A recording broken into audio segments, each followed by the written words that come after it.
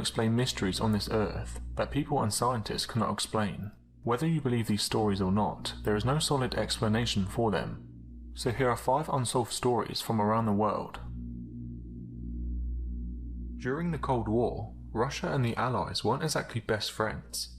For 50 years, both sides tried to hide their failures from each other, creating a climate where you couldn't be sure what was real and what was propaganda. So when a Czech agent leaked information about a failed Russian spaceflight in December 1959, no one knew what to make of it.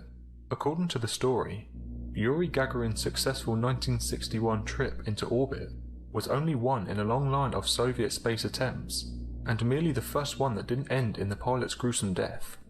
Worryingly, there may be some evidence to this. In February 1961, 2 months before Yuri's flight, a listening station in Italy apparently recorded 2 Russian voices broadcasting the words, "Everything is satisfactory, we are orbiting the Earth." A few days later, they picked up another transmission that sounded like a scream of terror, followed by empty silence. 2 later recordings were also made, including one of 3 sobbing people saying, "Conditions are growing worse. Why don't you answer? We are going slower. The world will never know about us." So what were they? Were they clever fakes? Or evidence that Russia abandoned cosmonauts to a horrifying fate? We may never know this mystery. In 1950, a Victorian man appeared in Times Square. Witnesses said he looked startled, and then a minute later he was hit by a car and killed.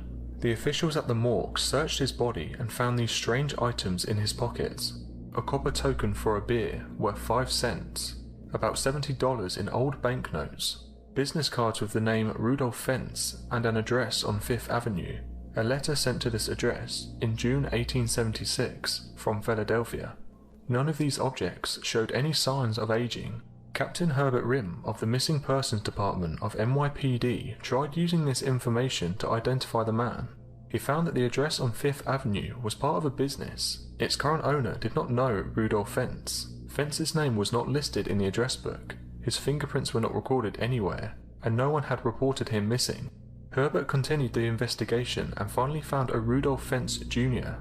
in a telephone book of 1939. He spoke to the residents of the apartment building, who stated they remembered Fentz and described him as a man about 60 years old who had worked nearby. Contacting the bank, Herbert was told that Fentz died 5 years before, but his widow was still alive but lived in Florida. He was able to contact her and learn that her husband's father had disappeared in 1876, aged 29. He left the house for an evening walk and never returned. This story was published a number of times in the 70s and 80s. Chris Orbeck investigated this story, and his research led to the conclusion that the people and events were fictional, although he could not find the original source. But there is a twist. In 2007, a researcher working for the then Berlin News Archive found a newspaper story in the archives from April 1951, reporting the story almost as it is reported today. This newspaper archive was printed 5 months before the short story sourced as the origin. What's even more strange, a number of researchers have claimed to have found evidence of the real Rudolph Fentz and proof of his disappearance aged 29 in 1876.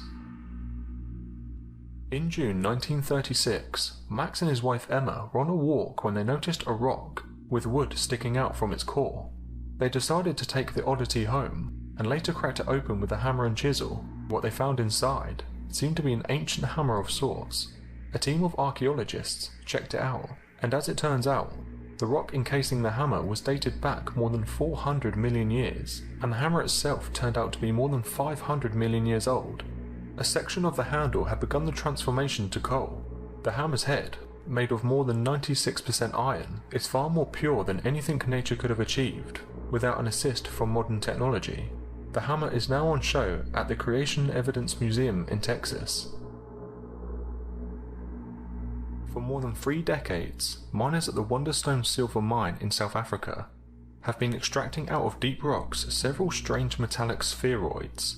In 1979, several were closely examined by a professor of geology at the University of Johannesburg. The metallic spheroids look like flattened globes, averaging 1 to 4 inches in diameter, and their exteriors usually are coloured steel blue with a reddish reflection. and embedded in the metal are tiny flecks of white fibres. They are made of a nickel-steel alloy, which does not occur naturally, and is of a composition that rules out meteoric origin. Some have only a thin shell, a quarter of an inch thick, and when broken open are found filled with a strange spongy material that disintegrates into dust once it contacts with the air. What makes this mystery remarkable is that the spheroids were mined out of a layer of rock dated to be at least 2.8 billion years old. Adding mystery to mystery, the curator of the South African Museum has discovered that the spheroids he has on exhibit slowly rotate on its axis by its own power, while locked in its display case and free of outside vibrations.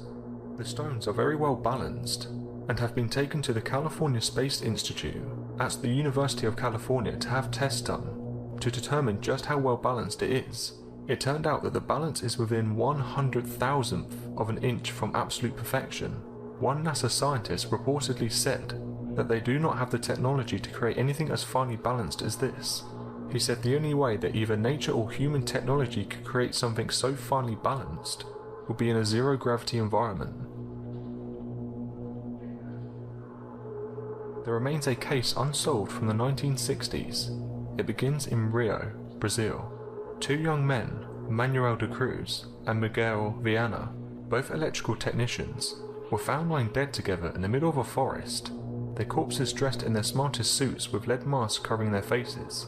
The cause of death was undetermined. The case for suicide or murder is still out on these two. Cruz and Viana set off on a trip to buy electronic work supplies and a new car. They were reported to have left with money for a car and stopped by at a general store to buy a bottle of water and a raincoat on the way. The man who served them told the police that the pair looked nervous and were in a hurry, checking their watches every minute or so. Their bodies were found 3 days later, but what's most puzzling is what they were found with at the scene. Police investigators found them in their suits and raincoats, wearing lead eye masks with no holes, the types to use against radiation, 2 towels and a notebook on the ground near the bodies. The money for the car was gone. As if the lead masks and suits weren't spooky enough, the instructions written in the notebook seemed to point to a very strange mystery. There in Portuguese were the words 1630, be at agreed place, 1830, swallow capsules, after effect, protect metals, wait for mask signal. Were Cruz and Viana scheduled to meet with aliens? Or maybe even time travelers from another dimension? Reports couldn't even find out what the pills were, as their organs had rotted away. Perhaps this truly was a case of interdimensional